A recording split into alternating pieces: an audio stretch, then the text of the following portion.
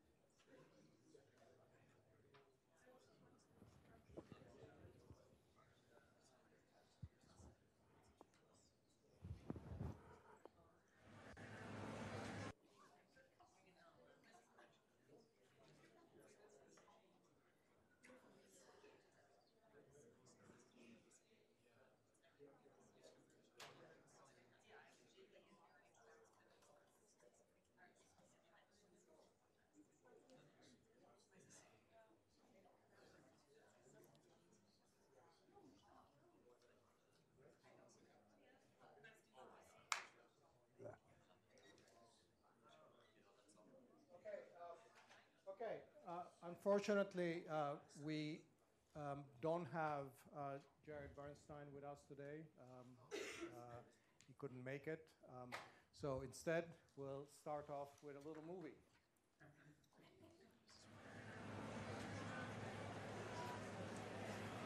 I'm watching you.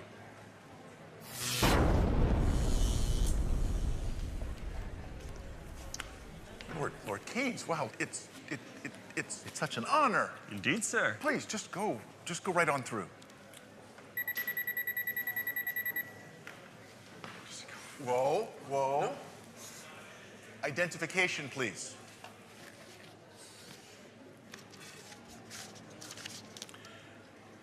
Hayek?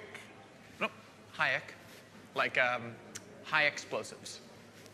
High explosives? Yeah.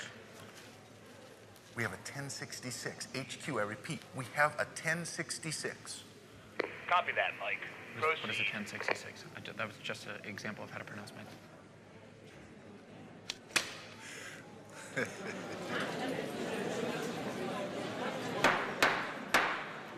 Ladies and gentlemen, members of the committee, we are here today to consider the impact of government spending on our economy. We're fortunate to have two world-renowned economists to offer their testimony on the matter. Oh, I see you took a detour down the road to serfdom. Talk about the end of laissez-faire. Sheesh. Well, shake it off, Freddie. I'm not pulling any punches in there. I'm ready. Are you? Prepare for the return of the master. John Maynard Keynes, F.A. Hayek, round 2. Round 2.0. Same economists, same beliefs. New microphones. New mustaches. Here we are, peace out, Great Recession. Thanks to me, as you see, we're not in a depression. Recovery, destiny, if you follow my lesson. Lord Keynes, here I come, line up for the procession. We brought out the shovels and we're still in a ditch and still digging. Don't you think it's time for a switch from that hair of the dog? Friend, the party is over.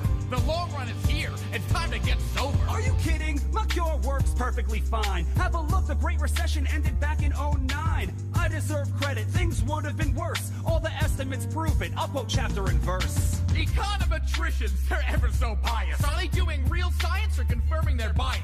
Their Keynesian models are tidy and neat, but that top-down approach is a fatal conceit. Oh! Which way should we choose? More bottom up or more top down? The fight continues.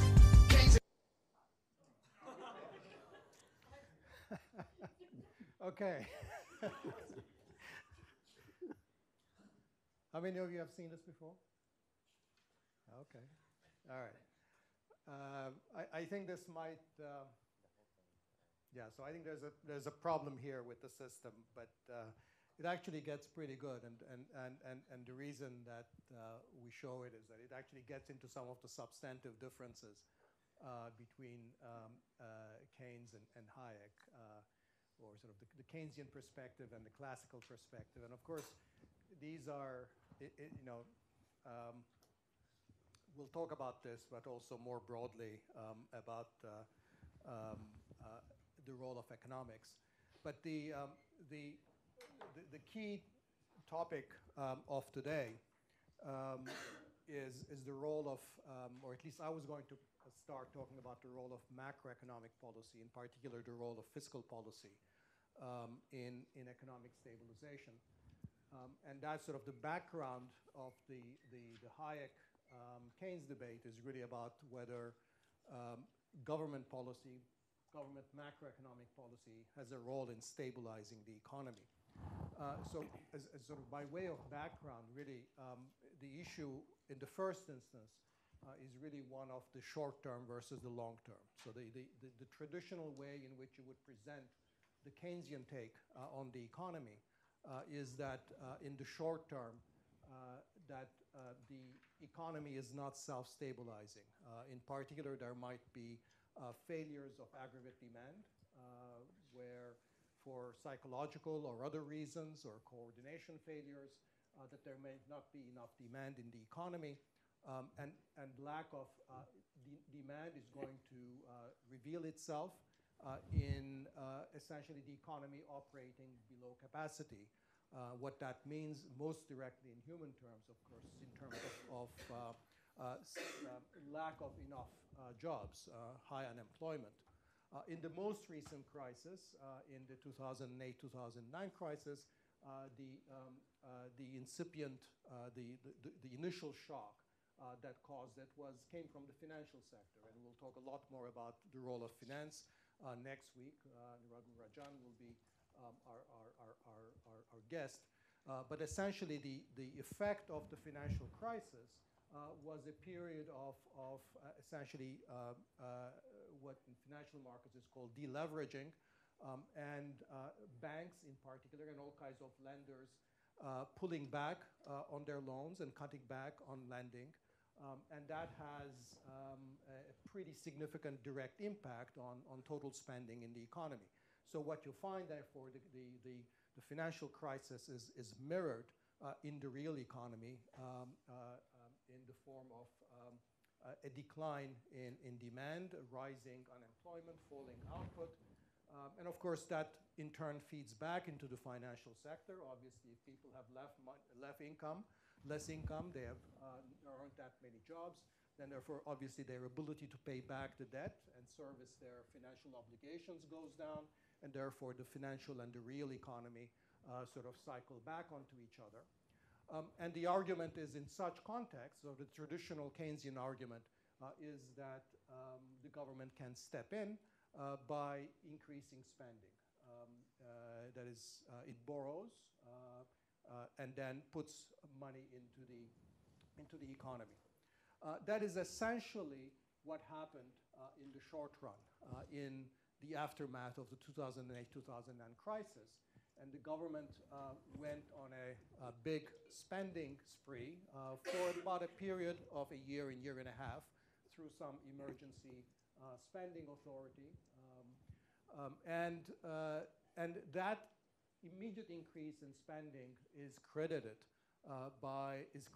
for a slower rise in unemployment and eventually a pickup of the economy after the crisis. The fact that the increased spending in this Keynesian manner by the government, by the federal government in the United States was effective seems also to be suggested by some of the comparative evidence. That is that if you look at across countries, because it wasn't just the United States that was affected by the crisis, it was also European countries. So you can do a very loose kind of implicit counterfactual analysis by asking the question, what happened to output, GDP, and employment in different countries, depending on how countercyclical fiscal policy was. How much did the governments actually increase spending in return to in response to the crisis? And how did the economy in turn respond? And it's pretty clear that if you look across countries in the immediate aftermath of the financial crisis, that the least severe recessions, the lowest spikes in unemployment were experienced in those countries where, maybe we can put it on the screen. Oh, it doesn't work. Oh, this is just my notes. Oh, that's helpful. Okay, now I can actually talk remembering what I wrote in my notes.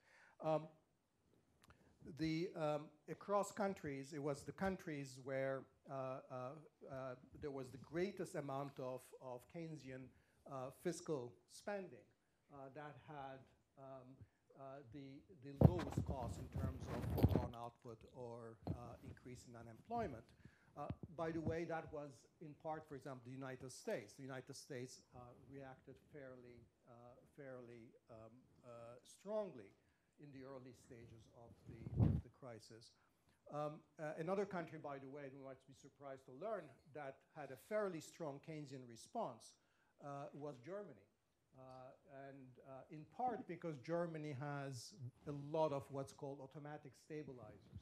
That is that when the economy begins to go into a tailspin, government spending in Germany increases almost automatically because of having to pay for unemployment compensation, social insurance payments, and transfers go up. And because the German fiscal system is fairly responsive to increases in unemployment and declines in output, there's a very strong automatic stabilizing function that is performed through the German fiscal system. So therefore, Germany was one of the countries that was least affected. At the other end, the countries where policies were of the what today we call austerity type, that is that not just that the fiscal spending was not increased, in fact, fiscal budgets were cut because of the argument that these countries had gotten into trouble, especially countries like Greece, most particularly, but also like Spain and Portugal. They had gotten into crisis because their governments had misbehaved, because there had been too much spending. And therefore, the argument went that you need to recover confidence of financial markets, and the way to recover confidence in financial markets was to actually engage in austerity policies. This argument was especially strongly made for Greece. And lo and behold, in sort of the countries that experienced the most severe increase in unemployment, the most severe GDP losses were in fact countries like Greece, followed at some distance by Spain, that had actually fiscal policies that were, rather than counter-cyclical, in fact cyclical, in the sense of cutbacks in fiscal spending at a time when the economy was already in a recession. You see the same kind of relationship somewhat more loosely if you look across US states. That is that you can think of each of the individual US states as being individual economies. Their state governments have budgets. So therefore, their state government state-level spending can also play, in principle, some kind of a Keynesian demand-supporting role. And there, too, broadly speaking, the evidence suggests that the output and employment consequences were the most negative in those states where cutbacks were the most severe in state-level spending. So the very short run evidence in terms of not just, of course, the latest round of the financial crisis, but also historically that in the short run, this kind of Keynesian policy works. The first time it was tried in a major way was, of course, after the Great Depression in the 1930s, when FDR comes in, engages after 1933 in a Keynesian kind of spending. Keynes at the time thought that this was the right thing to do, but in fact that FDR wasn't doing nearly enough. Unemployment bounced back. Unemployment began to fall. Although, as we might get into in our discussion with Professor Unger, sort of the real victory in some sense of the Keynesian solution came in during the Second World War, where the U.S. government goes on a major spending spree in a war mobilization effort, and that's really when unemployment gets really low and GDP becomes capacity utilization becomes quite full. Now, the classical perspective, which is that government policy cannot actually help economies, is not necessarily completely inconsistent with the Keynesian perspective. If you think about the classical perspective essentially as a kind of a long-term take on the economy, that in the long term, the classical argument would be that all the important and interesting things that happen in the economy take place on the supply side. That is, that the level of GDP, the level and the structure of employment are all determined by the supply side of the economy. That is, what is happening with overall level of innovation, technology, productivity, its dissemination, and that sets sort of limits to what the level of output and employment in the economy is. So in the long term, there's very little you can do simply by mucking around with the level of demand. And if the supply side of the economy is not performing adequately, if innovation isn't rapid, if productivity growth is not being disseminated in the economy, there's very little that simply by increasing fiscal spending you can achieve much. That would be, for example, one of the key arguments that Hayek would have made in the video that you saw only the beginning of. And that's sort of the traditional classical take. Interestingly, of course, that argument is in many ways very similar to the argument that we've been making here before.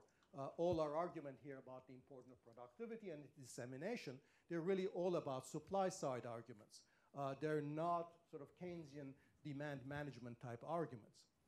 But the traditional Keynesian argument would be that regardless of that, that there might be times, because of the cyclicality of the economy or the prevalence of financial crisis, that there might be periods during which the Keynesian demand management might be useful. So there's a way that you can actually combine the classical and Keynesian perspectives together by saying, look, the classical perspective is really the one that is relevant and applies in the long run. It's also the perspective that is the most relevant when the economy is sailing along at relatively full employment, but that the Keynesian perspective becomes relevant when you're going through one of these recessions and the economy is clearly below capacity. And in those kinds of circumstances, Keynesian demand management comes into its own. So it might be a kind of a short-term versus long-term distinction, also taking into account that whether the Keynesian perspective is helpful or not depends on the state of the economy, whether you are already full employment or you are not at full employment. So Keynes famously said, and it's one of the quotes from Keynes that I like the best, is to say that economics is the science of thinking in terms of models, joined to the art of thinking. I'm obviously paraphrasing. Economics is the science of thinking in terms of models, joined to the art of figuring out the relevant models. So it's not that one model is always right. It's not his model, the Keynesian model, is always applies. The classical and the Keynesian models and their various subdivisions thereof are each containing relevant and important truths, but the art and the craft is figuring out which model is relevant when. Okay? So from that perspective, if you look at what has happened since the 2008-2009 financial crisis, from that perspective, the greatest macroeconomic policy mistake has been that the initial Keynesian boost to demand was reversed very rapidly, very quickly, so that the unemployment, the period of increase in employment and GDP growth took place on a very slow path. So if you look at what is happening to the fiscal boost or fiscal stimulus in the US economy, it's strongest in 2009 and 2010, but already by 2011, it's already turned into negative. That is that there is a fiscal drag rather than fiscal stimulus on the economy. The same in 2012, the same in 2013. So there's a very slow recovery in the United States, but in large part, it's actually because sort of what's happening, what the government is doing, is the reverse of what Keynesian policy would say. That there would be, Keynesian policy would say that domestic demand has to be supported through expansionary fiscal policy, but fiscal policy has already turned contractionary. So you have a period when unemployment rate is still 7, 8, 9%, that fiscal policy applies a drag on the economy rather than a stimulus. And then, to continue that trend, by the time you come to the last few years, when in fact unemployment levels have gone significantly down, they're below 4%, the fiscal stance now becomes expansionary. So fiscal policy over the last decade essentially has completely been the symmetric opposite of what Keynesian policy would have told government to do.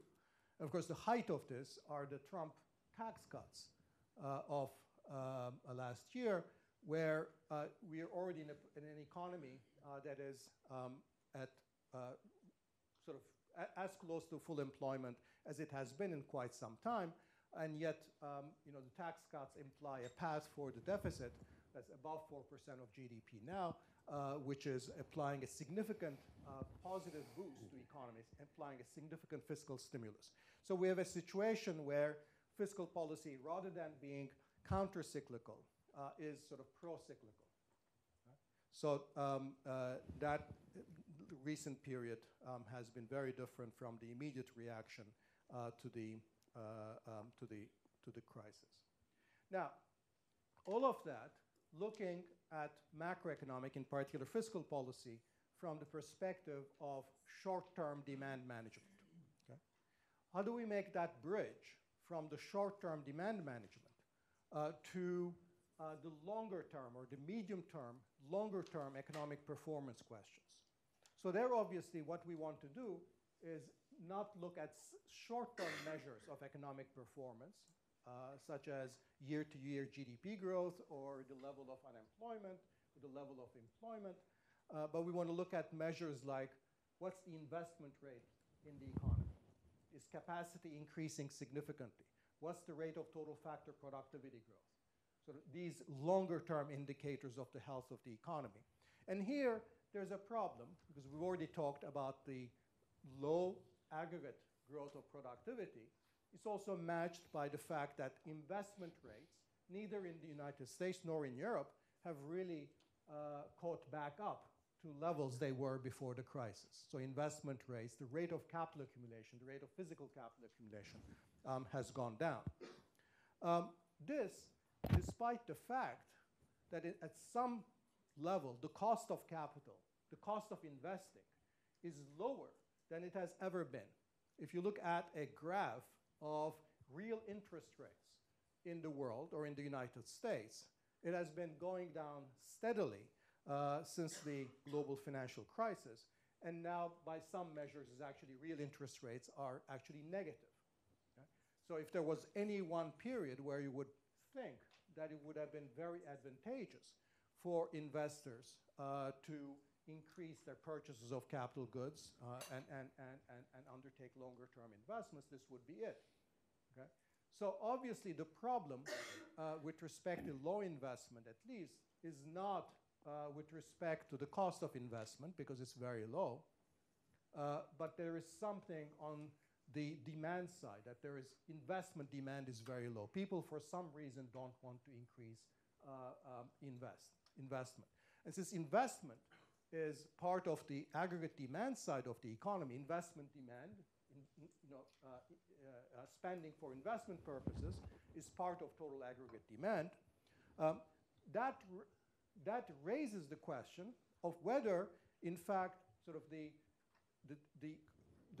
Keynesian story that I've told you earlier, which is really about short-term demand management, that Keynesian story is now coming back with respect to the inadequacy of medium-term and long-term economic performance as well.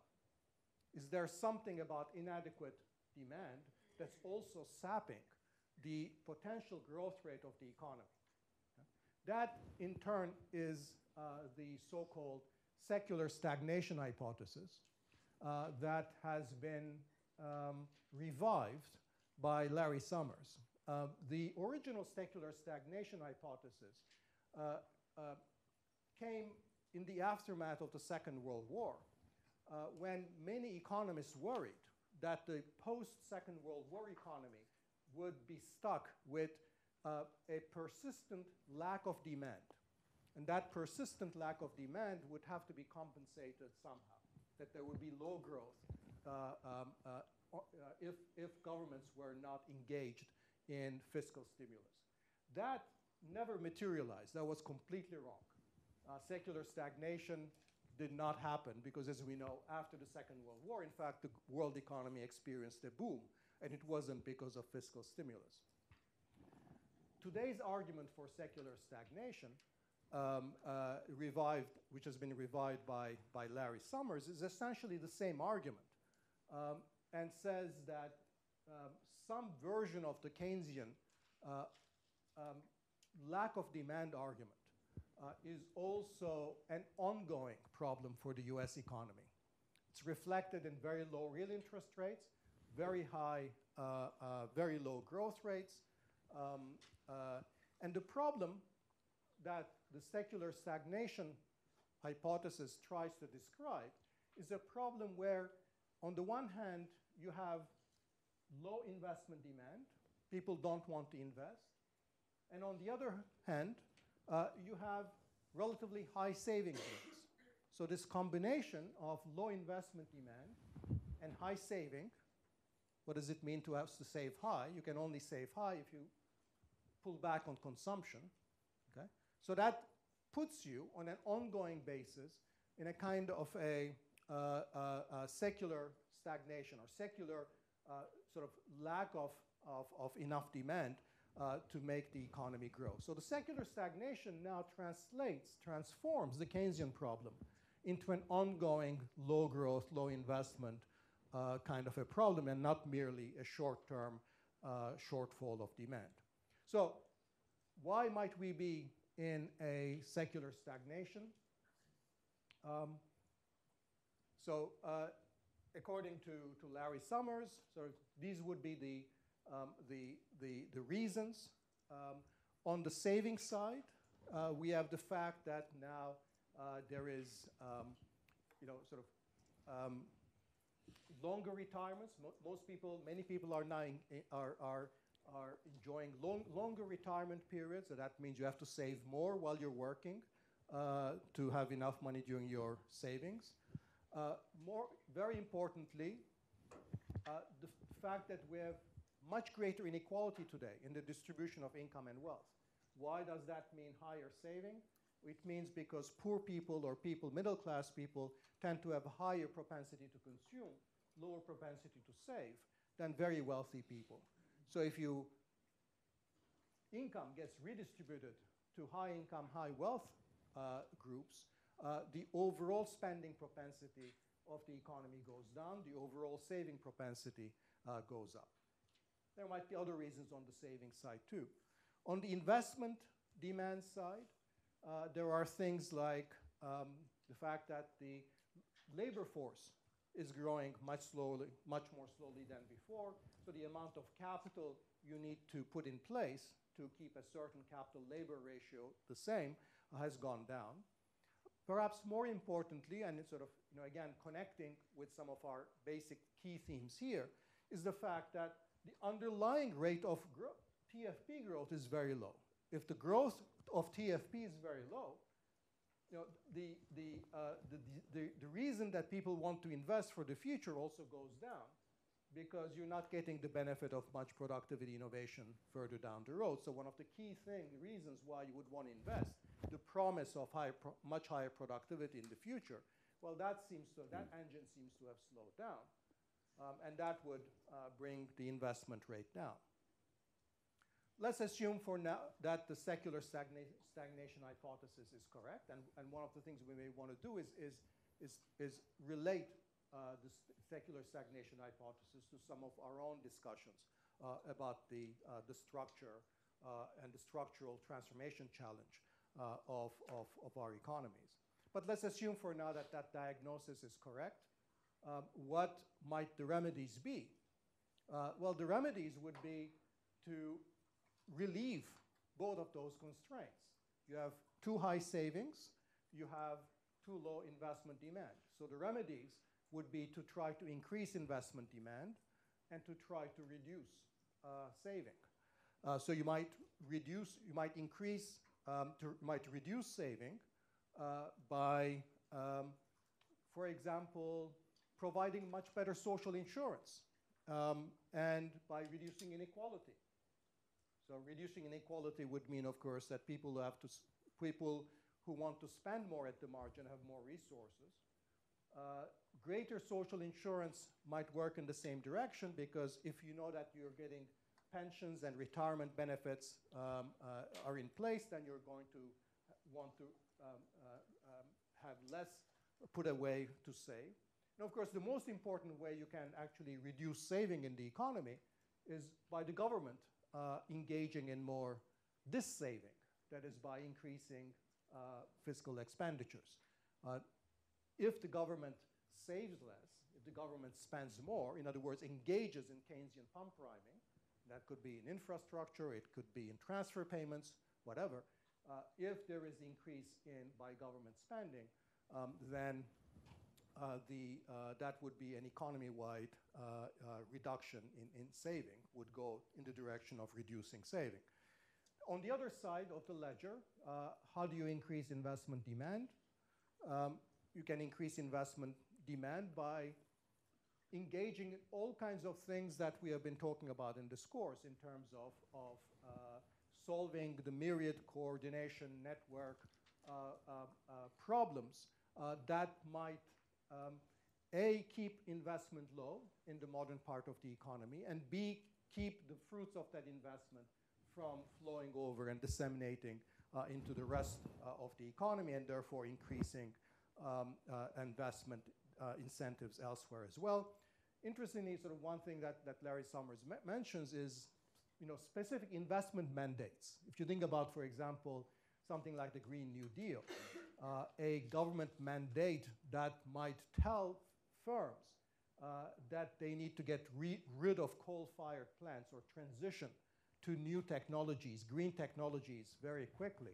That's going to be almost like an artificial way of increasing investment demand in the economy by forcing firms to engage in investments that they might not have done otherwise.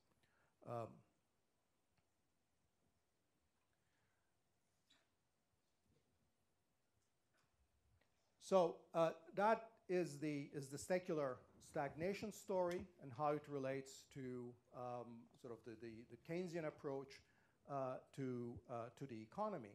I'll just end by mentioning sort of one other side of this, which is, would be the kind of thing that the classicals would worry about. And that is sort of what is happening to the public debt. So if you're coming out of a crisis and the government already sort of invested in a lot of fiscal stimulus, and now the recommendation is also that the government has a big role to play in averting secular stagnation, what is going to happen to the level of the public debt, and is that a problem at all? So the public debt has been steadily increasing in the United States. If you could have, is this working? Well, so the level of the share of public debt in GDP in the United States has been steadily increasing. And just recently, a few days ago, another economist here at Harvard, Marty Feldstein, wrote an op-ed in the Wall Street Journal, which started off with the following sentence: "The most dangerous domestic problem facing America's federal government is the rapid growth of its budget deficits and national debt." Okay? So if you approach the problem from that standpoint, it certainly puts a kind of damper on any kind of deficit financing to avert a problem of secular stagnation, whether it exists or not. So let me just stop here. So this was meant to be a broad introduction to some of the issues of thinking about sort of for Keynesian demand management and how it relates to the recent recovery after the global financial crisis and the secular stagnation story. But I'll just stop here. So I think we should open first and ask whether you want to engage in the class before I continue to the next stage. On sort of what I've said or anything that's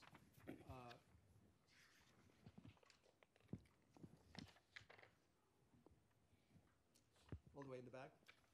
Professor, is part of the secular stagnation story that when government increases its spending, it crowds out private investment, and therefore that's part of the reason why there's a lower investment demand. And how does that tie into this general idea that of vacation increases and uprising when it crowds out private investment? Well, the idea that fiscal spending would crowd out private investment would be an idea that would be consistent with the classicals, but not the Keynesians. So the classicals would say that one reason why fiscal stimulus doesn't work is, the only way that the government can spend more money is by borrowing. If the government borrows, it'll have to pay a higher interest rate. If it pays higher interest rate, the higher interest rate is going to crowd out private sector spending, in particular the interest rate sensitive components of spending, such as investment. And in fact, if it is true, as the classicals presume, or the new classicals presume, that sort of how much the economy can produce in any moment is determined purely by supply side considerations, and aggregate demand doesn't really play much role there, then there's a fixed amount of resources, and the government can try to get more resources only at the expense of the private sector getting fewer resources. That means that the crowd out has to be complete. But that's sort of a classical conclusion, and the Keynesians would say that no, in situations where there is excess capacity, that the crowd out would not be one-to-one. In fact, there might even be crowd in. So during periods of low aggregate demand, loss of excess capacity, government investment, let's say in infrastructure, may not crowd out private investment, because banks or financial markets were already looking for debt to take on, and the private sector wasn't borrowing enough, and therefore they will gladly invest in government paper, government bonds, so will gladly finance that without a large increase in interest rates. And secondly, when the public sector invests, let's say, in projects in infrastructure or new technologies, that increases the willingness of the private sector to invest, because those infrastructure investments may make it more profitable for the private sector to undertake side investments. So that would be a kind of a crowding in story rather than a crowding out story that's more compatible with the Keynesian or the secular stagnation world. So no, the secular stagnation story hinges on, in fact, the crowding out not being complete, and in fact, possibly there being crowding in rather than crowding out.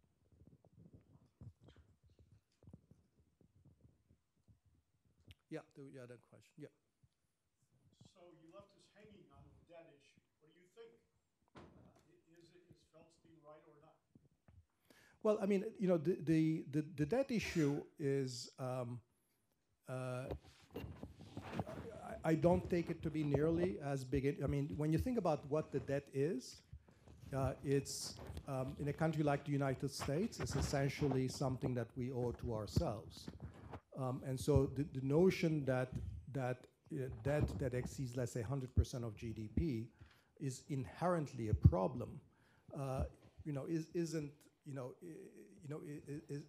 don't think is economically meaningful. The question is whether the spending decisions, or the fiscal deficits, or the public spending or the public investments that are made, that are the counterpart of this increase in debt, are useful and valuable investments that are expanding the tax base of the future, expanding the productive innovations for the future. It's putting people to work and therefore increasing people's ability to spend and maintain their families and so forth. So if it's socially valuable, then the increase in public debt in and of itself is not an issue. There's also a second issue, which there's a school of thought called modern monetary theory, which has highlighted the very important fact that ultimately in a country like the United States that prints its own currency and can borrow in its own currency, you can always print more money to pay your debt in some sense. So that is, the real issue is not, whether the debt is high. The real issue is whether the reason that got the debt high, so those reasons were justifiable reasons. In other words, whether the fiscal deficit was put to a good use, where fiscal spending was put to a good use or not. And as somebody else said the other day, given the kind of challenges we're facing with the climate change being probably the most important, if 20 years later we're going to look back and say, well, we have climate catastrophe, but at least we managed our debt well, that's going to look very, very silly. Directly addressing what you said in your first part of the response, and that government expenditure is socially valuable, I think it would be good to point to Paul Pearson, who observed this permanent austerity notion that actually the structure of government spending has changed, and he specifically states that the discretionary amount we have in government spending steadily decreases, exactly because we are paying for automatic stabilizers and path dependency in the past. So isn't that actually, even this short run versus long run perspective also plays into that? Is it really as promising as it used to be, for example, in the 50s or 60s? So you're mentioning the argument that a large part of federal spending in the United States is actually non-discretionary, that it has to do with pensions and social insurance, so that is true as a matter of accounting. So the question with respect to that would be whether the overall level of public spending on social insurance programs is adequate or not. That would be the question there.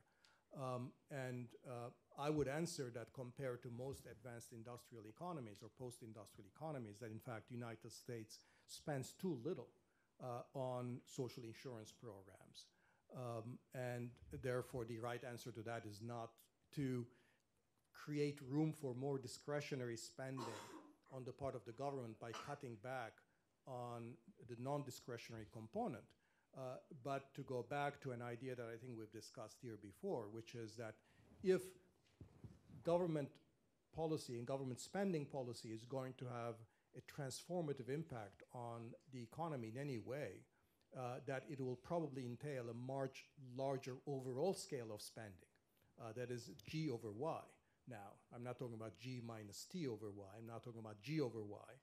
That is the overall level of public expenditures probably have to rise, and then we have to ask the questions about sort of what are the mechanisms for raising the revenue for that, and goes back to some of the discussions we've had before. Very good. So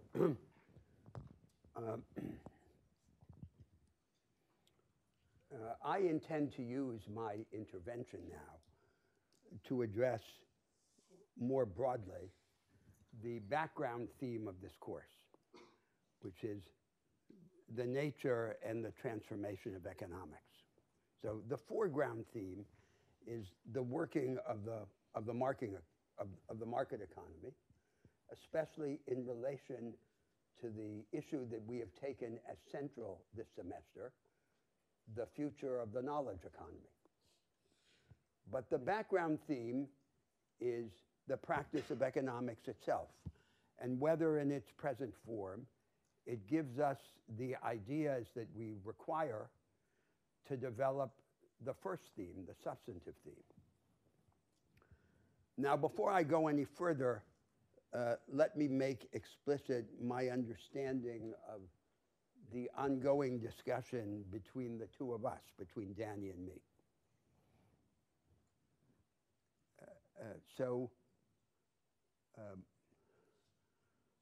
We have a limited disagreement with respect to the foreground theme, the substantive theme, which is the possibility of transformation of the market economy in different directions. My understanding is that our difference at this level is subtle. Danny's tendency is to believe that useful variation occurs circumstantially and locally. In this sense, we might say the productive heresies are local heresies, although the orthodoxy may be a universal orthodoxy. I, on the contrary, believe that the countries of the world, the economies of the world, even at many different levels of wealth, are connected by a chain of analogies. And that the useful variations in one place are very likely to be pertinent with adjustments to the desirable variations in another place. And I also believe that as a strategic matter, a universal orthodoxy can be successfully combated only by a universalizing heresy, as liberalism and socialism were in the 19th century, and not by merely local heresies. Now, where the two of us disagree more starkly is with respect to the background theme, the adequacy of the received economics as the instrument for the prosecution of this agenda. My understanding is that Danny mainly believes that economics is fundamentally sound so long as we do not abuse it ideologically and claim to infer from it propositions that its analytical apparatus will not support. I recognize that the received economics is a powerful and even indispensable instrument as a science of trade-offs and constraints. But I also believe, unlike Danny, that it is fundamentally inadequate in several crucial respects, and that we need to revolutionize it. Now, in this spirit, then, I want to address first the character of the main body of economic theory as we have inherited it from the so-called marginalist revolution of the 19th century. And then what has been the most influential departure from this body of thought, Keynes's doctrine that Danny spoke about, and which I regard as an inadequate or failed heresy.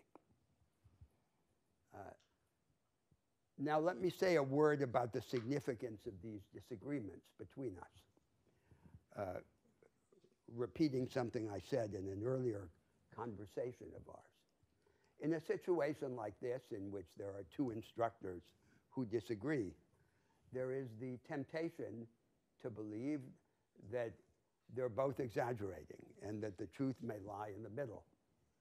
But I point out to you that it is far more likely that we are both entirely mistaken. That's your view. Yes, it is. So the received body of economic theory generated by this marginalist turn at the end of the 19th century. What is primarily understood as economics today is not the study of the economy. It is the study of this method that the marginalist theorists developed in the late 19th century. Walras, Jevons, Menger, and their contemporaries. The study of the economy by some other method is on the whole not recognized as economics. And the application of this method to subjects that on their face have nothing or little to do with the phenomena of production and exchange is treated as if it were economics. So then confronting the character and limitations of this method becomes central. The picture of the economy that lies at the center of this marginalist economics is the view of the economy as a series of connected markets in which individuals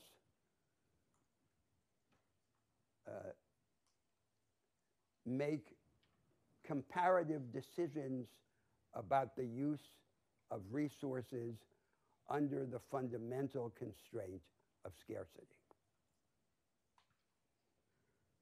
The development of this view of economics had two main motivations, one of them explicit and the other implicit.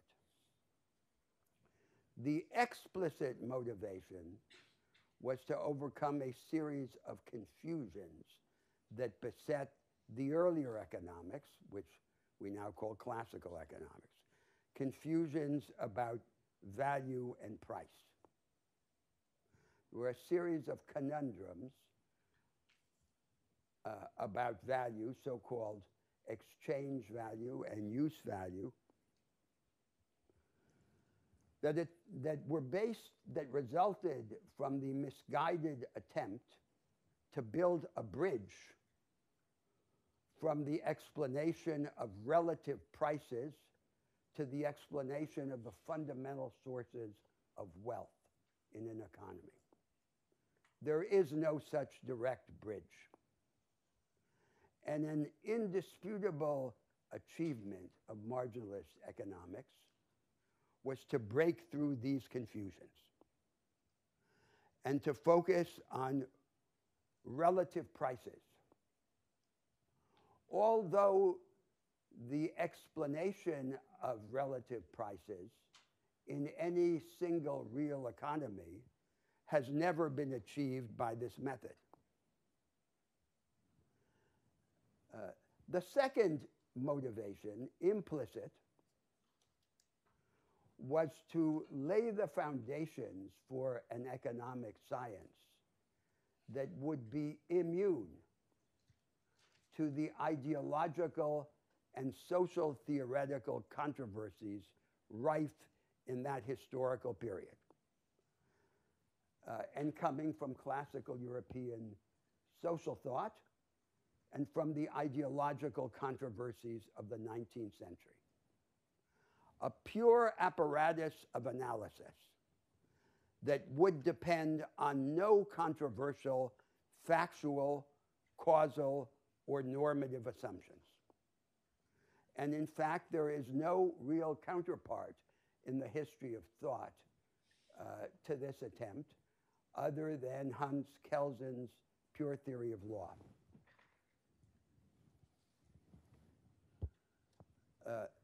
Now, the result of this attempt has been to sever the connection between insight into the actual and imagination of the adjacent possible in economics.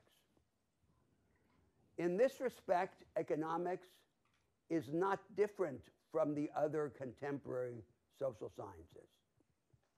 Each of them has severed this vital connection in a different way. To understand a phenomenon is always to understand what it can become. But each of these social sciences, each in its own way, has suppressed the imperative of structural vision and failed to provide an understanding of transformation. Classical social theory and classical economics before marginalism had such a view, a structural view. But it was a view beset by a series of deterministic illusions. The idea that there's a closed menu of alternative regimes, that each of these regimes is an indivisible system, and that there are laws governing the foreordained succession of these regimes in history. In this economics that resulted from the marginalist turn, there are four major defects. They are overlapping, they're related, and they're all variations on the fundamental theme of the suppression of structural insight. The first defect is the separation of theory from empiricism. Someone remarked that in this economics there is theory and there is empiricism, but they have almost nothing to do with each other. So at the limit, the analytic apparatus developed by the marginalists is like a logic machine, a device of analysis that makes no controversial, empirical, causal, or normative assumptions. Therefore, it can operate only on the basis of factual stipulations, causal theories, or normative commitments that are supplied to it as its fuel from the outside.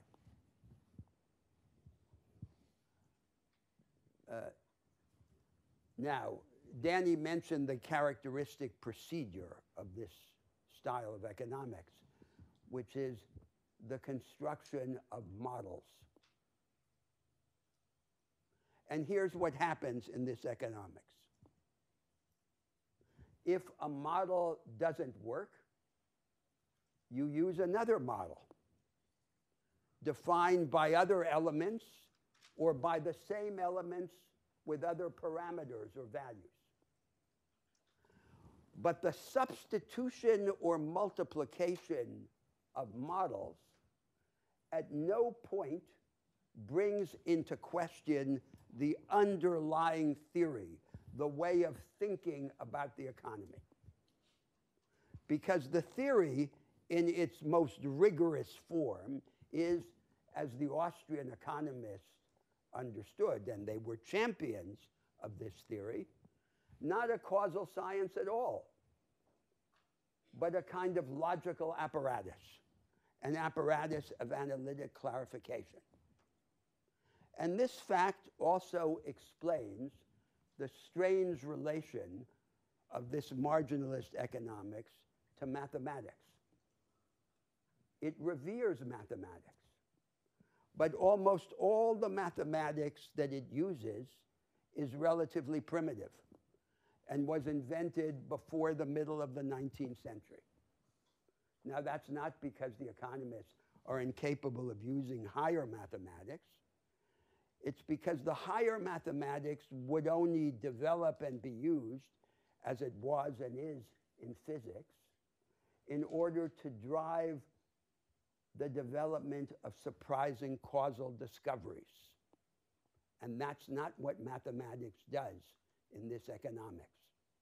It operates as a device of logical or quasi-logical clarification.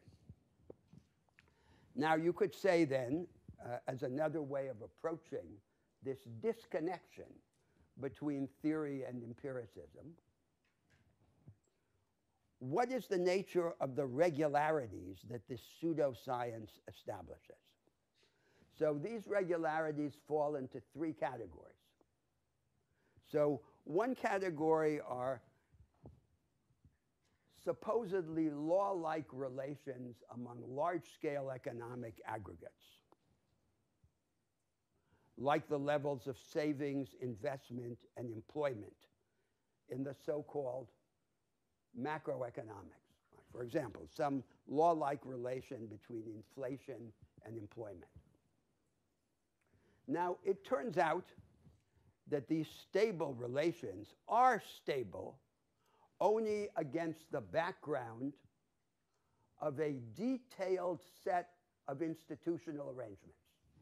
For example, the relation between the level of investment, the level of inflation, and the level of employment, so-called Phillips curve, depends on the details of arrangements like whether there is unemployment insurance or how the unemployment insurance operates. If you change any small piece of that background, those stable relations begin to move. They're not really laws.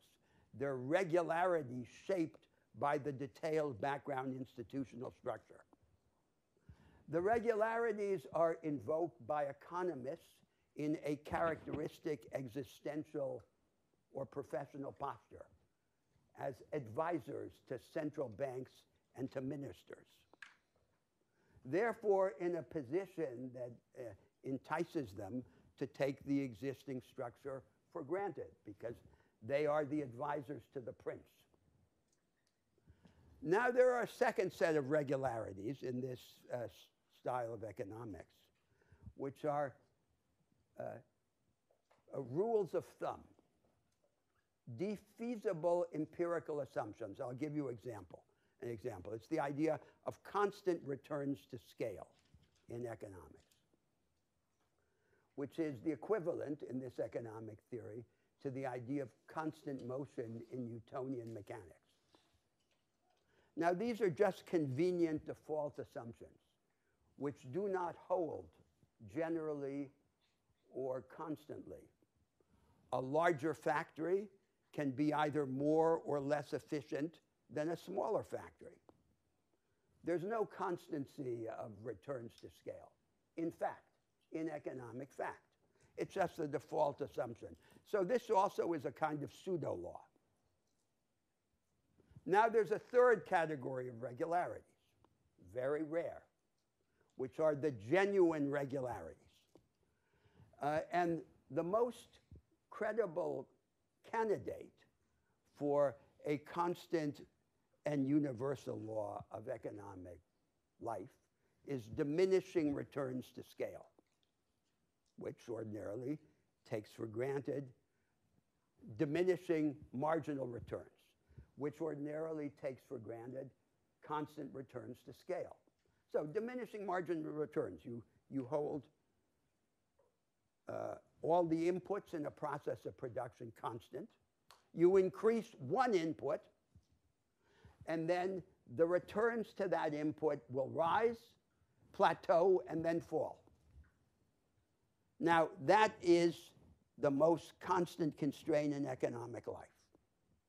The knowledge economy holds the promise of releasing or even reversing that constraint for reasons that we have begun to discuss and will discuss again. But here's the thing. This law, which is an example of what would be a genuine law, remains unexplained in the received body of economic theory and has no relation to its central propositions. Why do marginal returns rise, plateau, and then fall?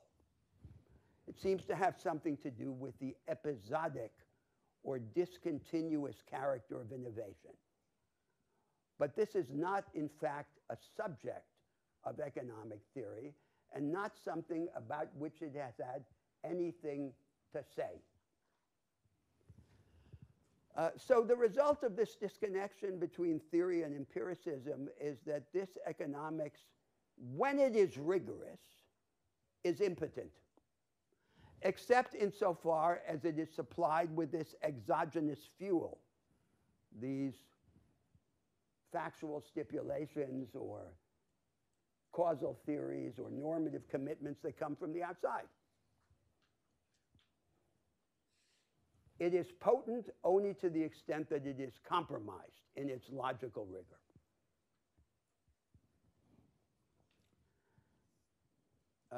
Now comes a second defect of this received economics.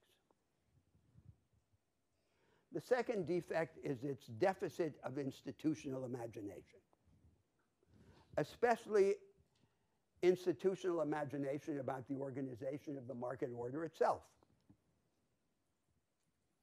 So from this standpoint, you could say there are three types of economics. One type is pure economics. Pure economics makes no institutional assumptions and has no institutional implications. In fact, the debates of the mid-20th century demonstrated that its analytic apparatus could be applied even to a command economy. The second type of economics is fundamentalist economics, and it is illustrated by Hayek. So the premise is, Robinson Crusoe trades on his island. If he trades long enough, he will eventually reproduce the whole system of 19th century German private law. In other words, the market economy has a single natural and necessary legal architecture. This thesis is preposterous, but it has had a long career in this particular version of economic thought. The market economy, as the jurists discovered over 150 years, has no natural form. There's no natural system of property and contract. And the third type of economics from this standpoint is what you could call equivocating economics, and it is exemplified by the macroeconomics. So they're law-like pseudo-laws, regularities among the large-scale economic aggregates against the institutional background. You challenge and you say, well, reshape some part of that background and your laws will move. And then the economist demurs, concedes, that yes, in principle that would happen. But then he goes back to his same analytic and argumentative practice as the advisor to the prince, if in fact he is in a situation in which these institutional arrangements are stable, and thus stability can be misread as lawfulness.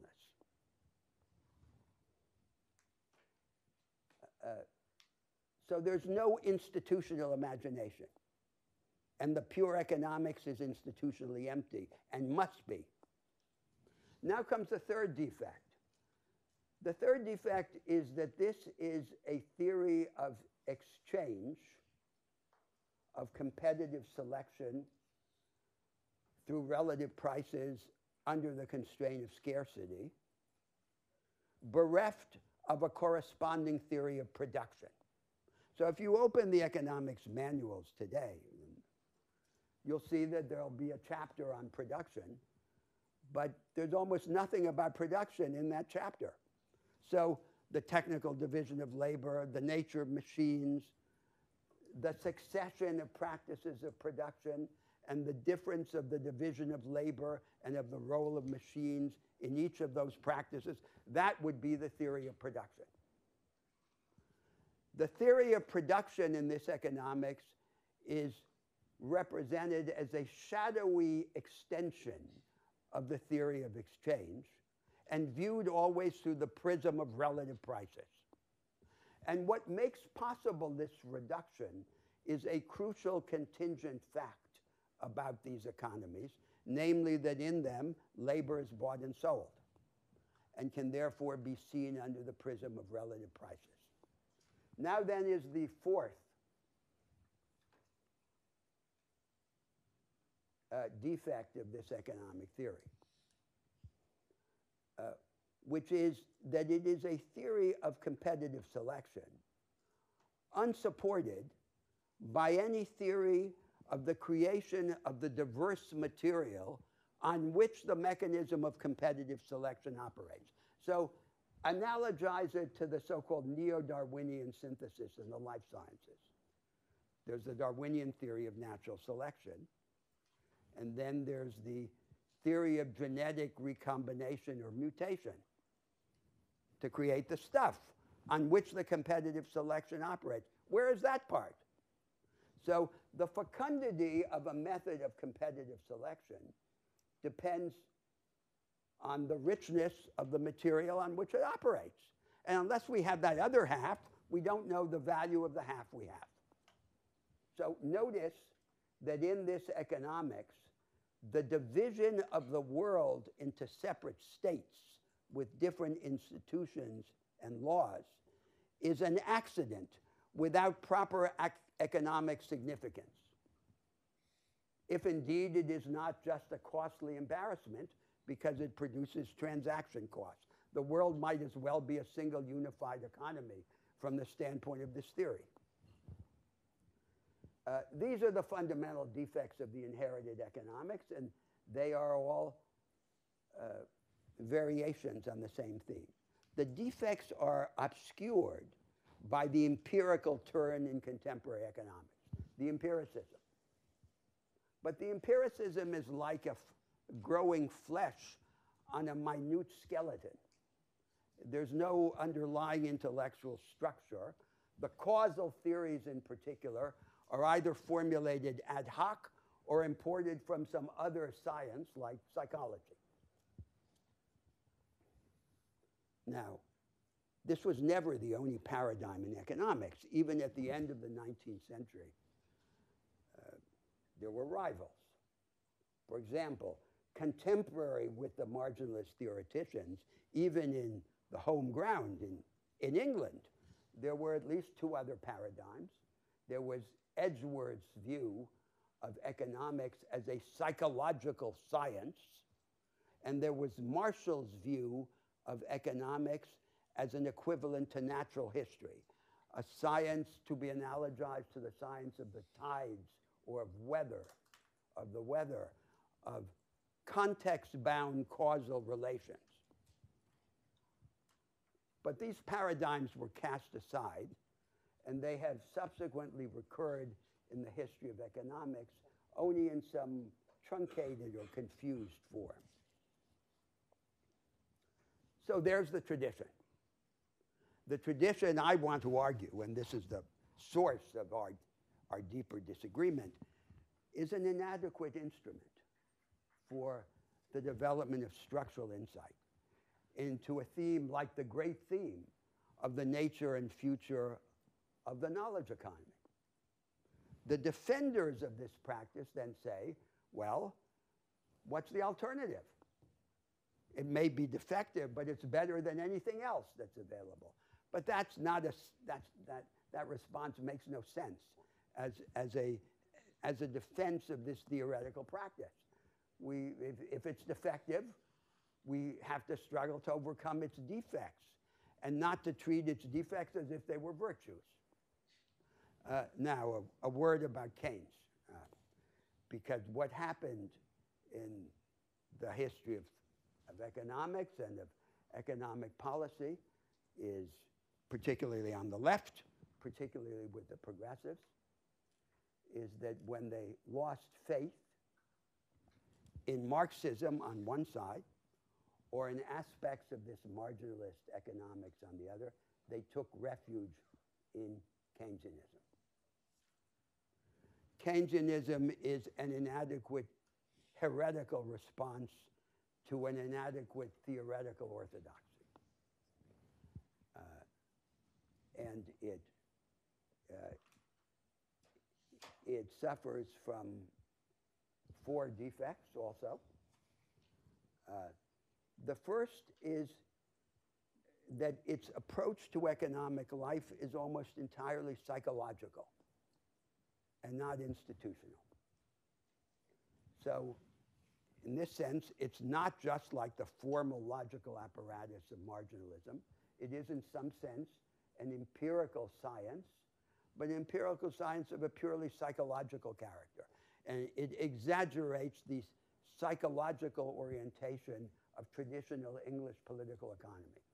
All the crucial categories in Keynes's system, the preference for liquidity, the propensity to consume, and the state of long-term expectations are psychological categories.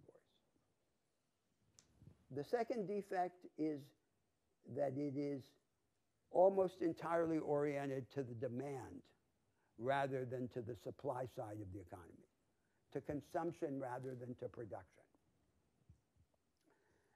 And this is closely linked to the absence of an institutional imagination in this economics.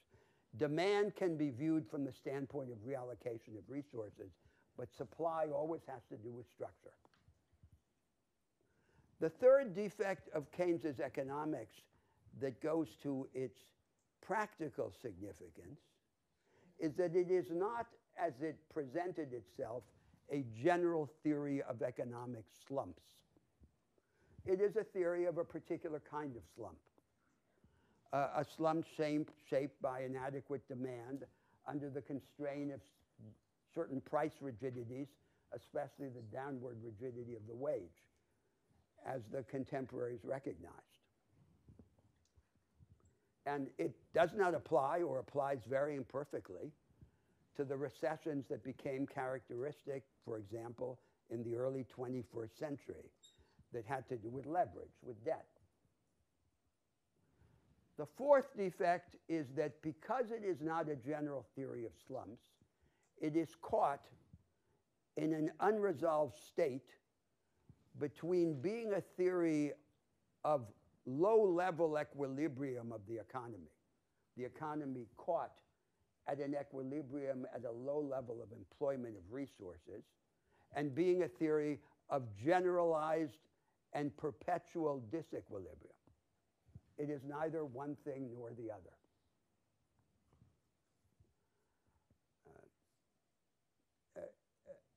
Now, it's very interesting to understand what happened to this truncated heresy. So there are 4 stages. One stage was Keynes's doctrine itself, with all the frailties and contradictions that I have just enumerated. The second stage is Keynes's disciples, initially his English disciples, like John Hicks, who downsized the theory, who presented it in a stereotype form for the manuals.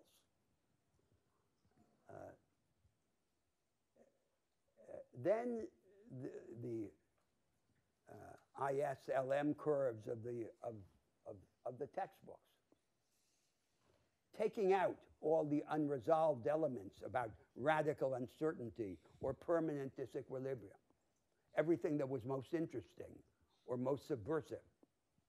Then the third stage was achieved by the American followers of Keynes. They did the following. They took this doctrine that had already been shrunk by Keynes's English followers, and they redefined it as a macroeconomics, as the economic theory of countercyclical fiscal and monetary policy.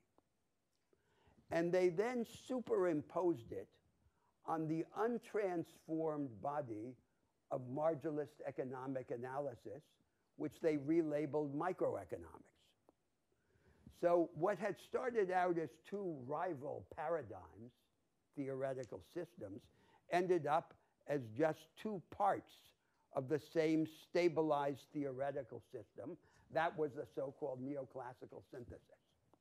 And then inevitably came the fourth stage, which is that once Keynesianism had been reduced in this way, it could begin to be undermined from below. So then, in the intellectual developments of the late 20th century, rational expectations theory, real business cycle theory, micro foundations of macroeconomics, the project became to demonstrate that everything that was genuinely new in this theory was unnecessary and could be in fact inferred from the pre-existing microeconomics, which was simply the general marginalist economic theory. Similar development happened in the development economics of the late 20th century. It followed a strategy of peaceful coexistence with the dominant theory, rather than presenting itself as the point of departure of an alternative theory, and then it was undermined and destroyed. So it's the complement to Nietzsche's principle, what does not kill me makes me stronger. If I do not kill it, it kills me. This is what happens in the struggle of theoretical systems. So there we are. So we have this inherited theory. It's the most powerful, this theory of constraints and of trade-offs. We have this truncated, failed heresy, Keynes, the Keynesian influence. And we have the great structural problems of the world for which we need another base of insight. Now, it seems that to achieve that, we would need to master the tools of the established economics without surrendering to them. To master all of them, but to know history and philosophy and to rethink social theory, to be technicians and visionaries, to engage in the established order and to transcend it. And thus the task seems to be both necessary and impossible. Let's hope that that's an exaggeration. I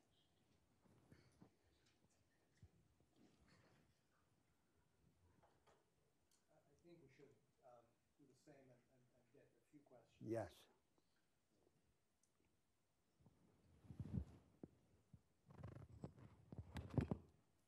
Yes.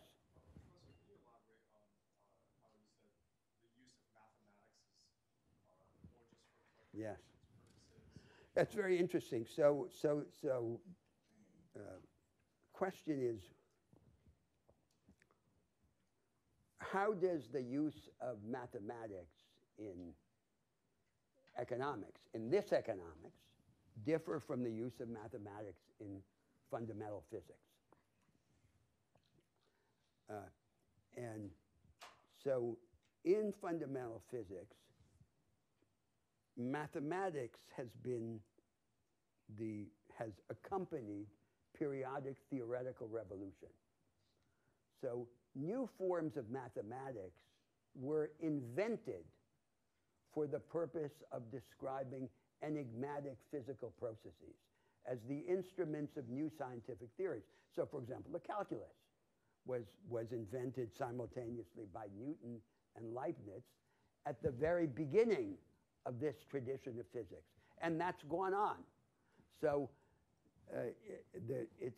it's been a two-way relation in which a new mathematics is invented to help physics take the next step. And then physics, in taking the next step, provokes the development of higher mathematics. It's not like that in this economics. There's no such relation in which the explanation, a new explanation of causal processes, provokes the development of mathematics, and the new mathematics then generates new causal hypotheses. That's never happened in the history of this economics. And the fundamental reason that I'm claiming is that mathematics serves a different function in this pseudoscience than it does in fundamental physics, which is it is a device of logical clarification. So it is a form of syllogistic reasoning. So in physics, and generally in natural science, the great mystery about the mathematical forms of physical laws has to do with time. So the relation among mathematical propositions is atemporal, but a causal relation is a relation in time. The cause comes before the effect. How can temporal processes be expounded in an atemporal language? That's the fundamental problem of the understanding of the use of mathematics in natural science. That problem has no equivalent in the use of mathematics in economic theory, because it's I'm arguing, performing a completely different function.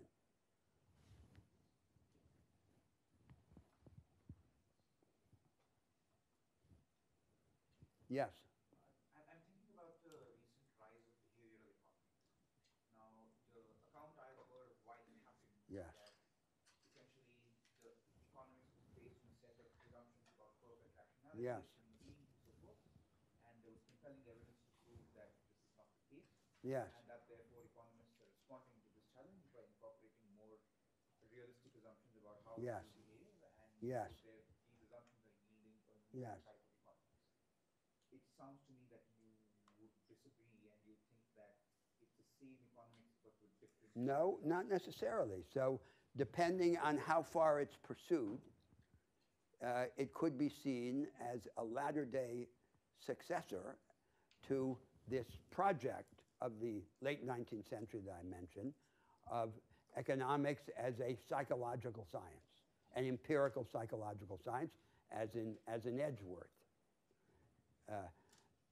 So it could be that, if it were pursued in that way, and if it were not just the ad hoc introduction of empirical assumptions and causal theories from a neighboring science into the otherwise untransformed body of economic theory. So it depends. Follow-up to that. Yes. If it is possible for this to transform the field economics, then there must be something in the field economics which is falsifiable, no? Yes, of course. Only an empirical science can be, in that sense, falsifiable. So this is I think, a crucial point, maybe, of disagreement between us, which is the way we understand the relation between models and theories. So Danny pointed out, referring to Keynes, economics is a science of model making. So going back to what happens in physics, the model is the expression of a certain theory. So the standard model of particle physics in fundamental physics is the expression of a theoretical paradigm. It predicts the existence of certain particles. And if those particles are not found, and if over time there are a series of cumulative embarrassments that can't be explained away by readjusting the relation among the theoretical propositions, eventually the whole theoretical paradigm will be overthrown. That's what happens in a natural science.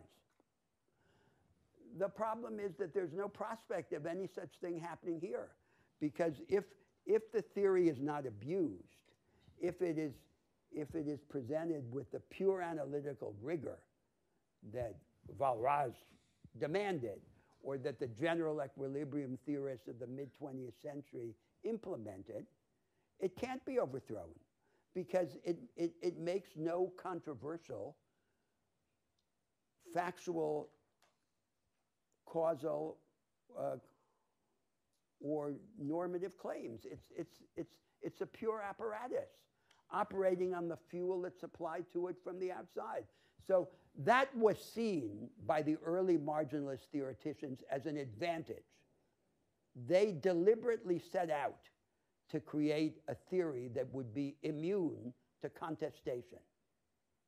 But it's not an advantage because what it does in effect is to inhibit or prevent this dialectic between surprising empirical discovery and revolution in causal theory. So the result is to condemn the discipline to a kind of eternal infancy. And this fate is obscured by the empirical turn because much of the time is spent in empirical investigations. But the accumulation of the empirical inquiries is concealing, on this account of mine that Danny does not agree with, the paucity of the theoretical causal structure.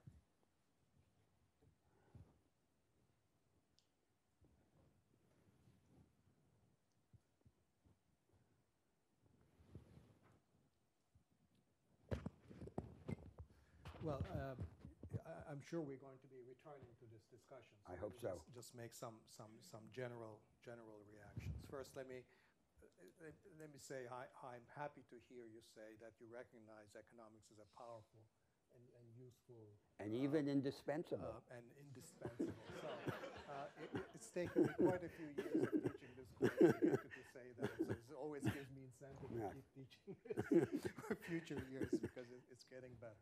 Okay, so that's good, and it's good in the sense that it's actually hard to envisage any other part of the social sciences for which I imagine you'll want to say that.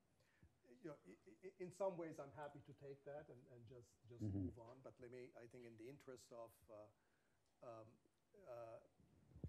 trying to get a little bit deeper on some of our differences, I don't recognize much of what you say about economics in the kind of economics that actually goes on. Some of it might have to do with the words and terms that might take somewhat different meaning as I hear them compared to what you mean. But some of it might be simply that we have fundamentally very different views. I'll say what we agree on, and I think I think that might be the partly agree on that might be the part that might be the most productive to move on. But I mean, I don't agree that there is this huge gap that separates theory from empiricism in economics. I don't agree with the kinds of classification of the regularities you made in economics. I don't agree that that economics is purely a theory of exchange that doesn't have a theory of production. I don't agree with the way you described of the function of models in economics, but I'll come back to that in a second.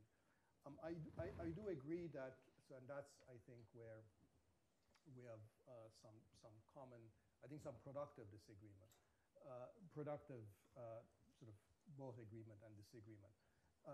When you say that economics has a deficit of institutional imagination, I'm in complete agreement with that, and I think that deficit of institutional imagination follows from the fact that much of economics is really something that we could describe as studying what we have. So much of what economics is really about is sort of another sense in which economics is marginal is that it tends to worry at things around the margin of existing arrangements, existing institutions. And so economics is actually pretty good at generating predictions and empirical results around the margins of existing institutional arrangements. It's not very good at imagining alternative institutional arrangements. It's not even good at understanding the contribution of the pre-existing institutional arrangements to those results or empirical findings. So the fact that sort of the pre-existing institutions are always hidden from view because they never foregrounded, they're always in the background, comes with that the second mistake of assuming that those hidden institutions are therefore permanent and they cannot be changed, they cannot be alternatively imagined. But that's not because those institutions cannot be usefully alternatively imagined by economists. It's more because the earlier mistake of not seeing the contribution that pre-existing institutions make to our existing form of economic life. Yes. So I think the problem is that a lot of what's of value and a lot of what economists do is really a study of what we have, not of what we could have. Now, here I think I would say that a lot of what economics is could be useful to a study of what we could have if it is married. So you said in your comments that economics becomes interesting only if it is infused from the outside by a supply of, and you listed a number of things. Of those number of things, the only one that I agree with that sort of that usefully needs to be supplied from outside of economics is normative commitments. Economics in principle, in practice, is full of normative commitments. In principle, it is not.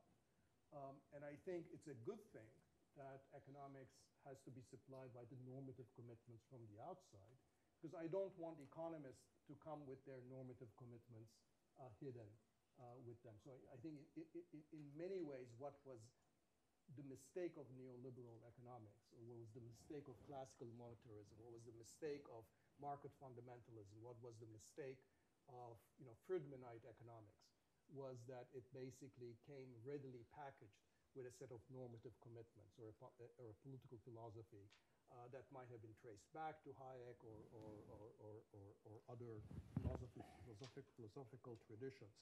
But I'm perfectly happy to say that economics can be useful for the study of what we could have if it is infused with or married with from the outside by a set of public philosophies or normative commitments that comes outside it.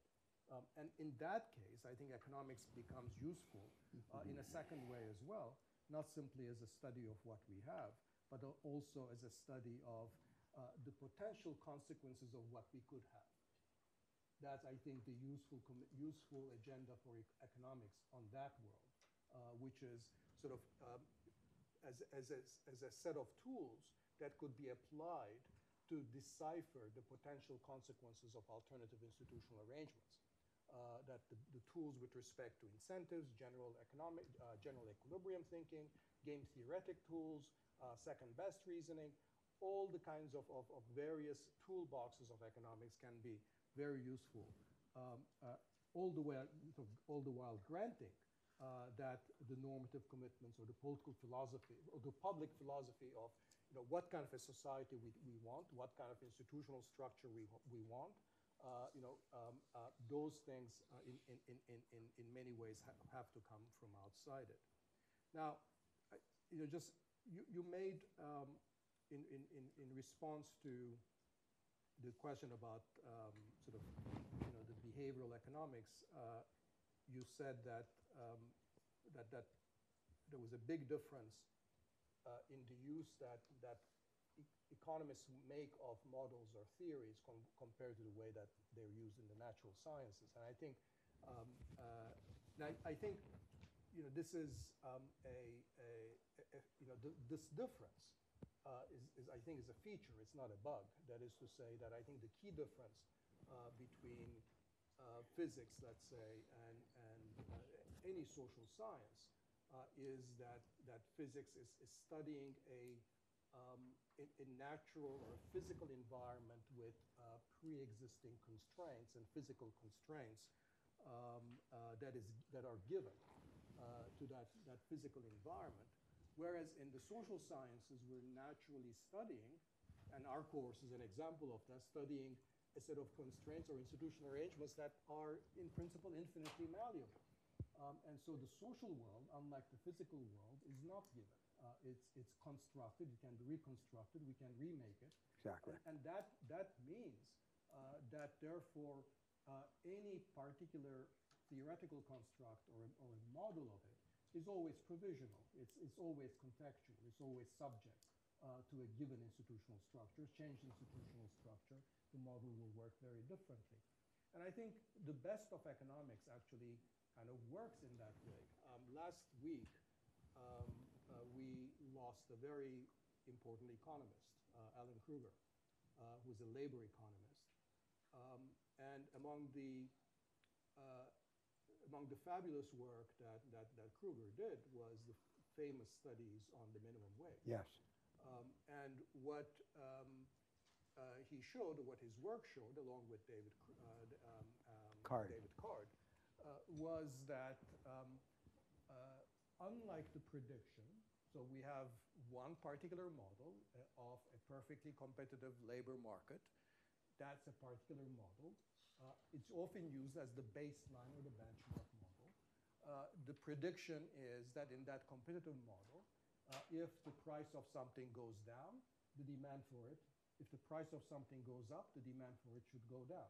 So the application of it in labor markets is that if you force firms to pay higher wages to something like a higher minimum wage, unemployment should rise. Firms will decrease their demand for labor, employment levels should go down. In a kind of ingenious study that Kruger and Carr did, they compared businesses across the Pennsylvania, New Jersey state border with different minimum wage conditions, but a fluid labor market, so essentially similar labor market conditions. And they found that, in fact, contra the predictions of the competitive model, that an increase in minimum wage did not hurt employment levels.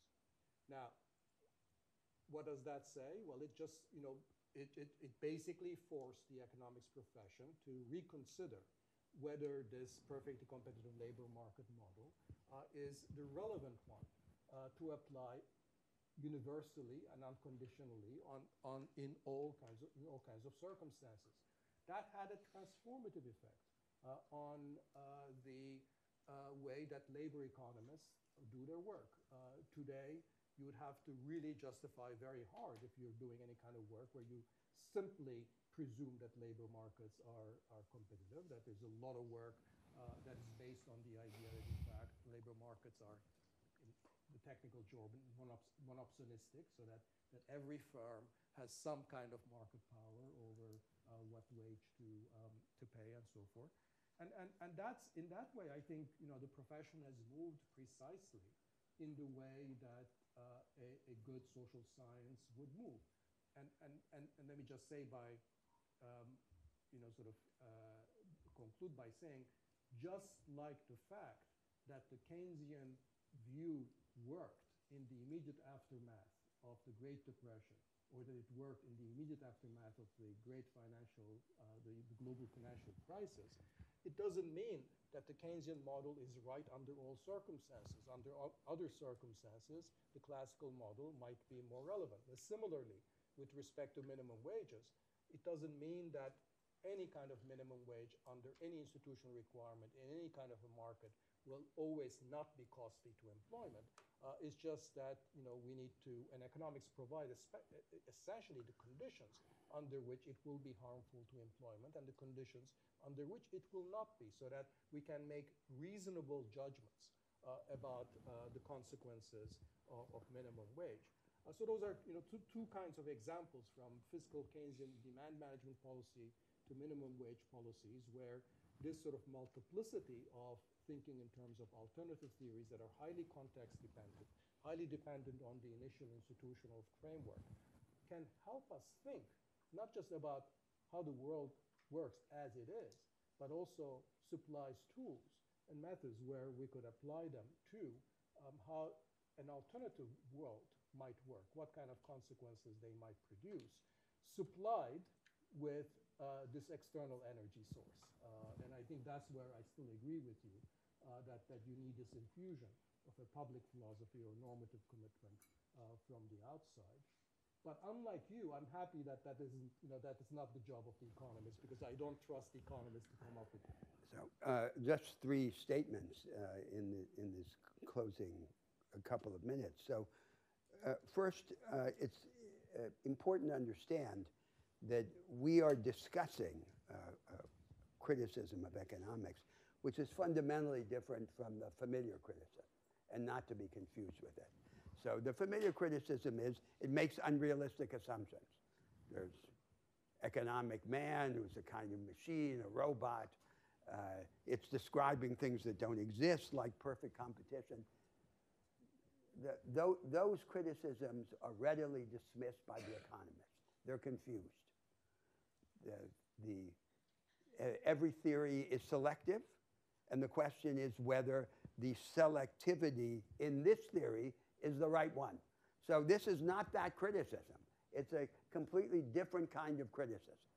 Now, the second thing to say is, as your remarks just now have illustrated, a crucial point in the dispute is the relation between models and theories. And in what way the substitution or proliferation of models puts a theory into jeopardy. So my claim, different from yours, is that what happens in this analytic practice is that the moving character of the target, the changing character of the circumstance, is dealt with by adjusting the model. And so you have an open menu, an open list of possible models. At no point is the underlying theory jeopardized. That's not an advantage.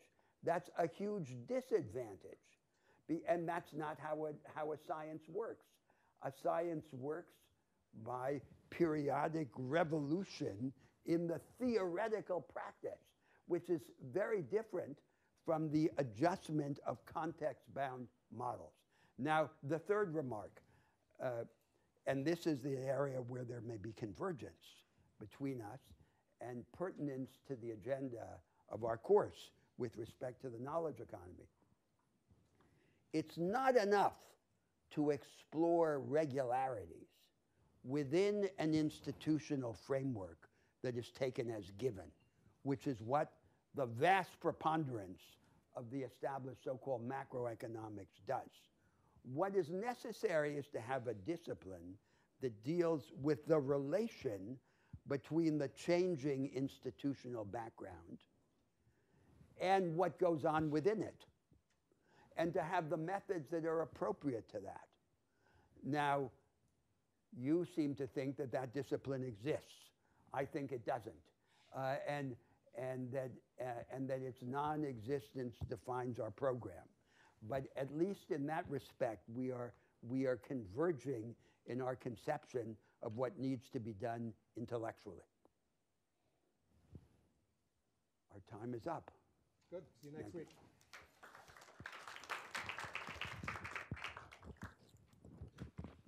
So I think this was a useful discussion. It was a class.